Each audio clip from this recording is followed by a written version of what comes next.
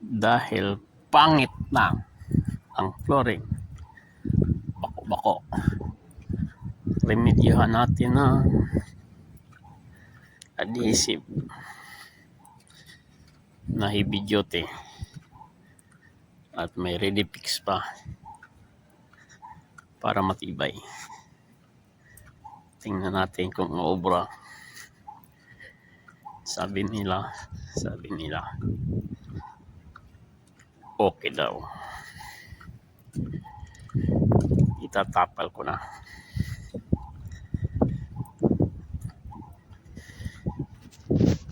Ito na yung final finish sa harap. Isang linggo, okay lang. Matigas na rin.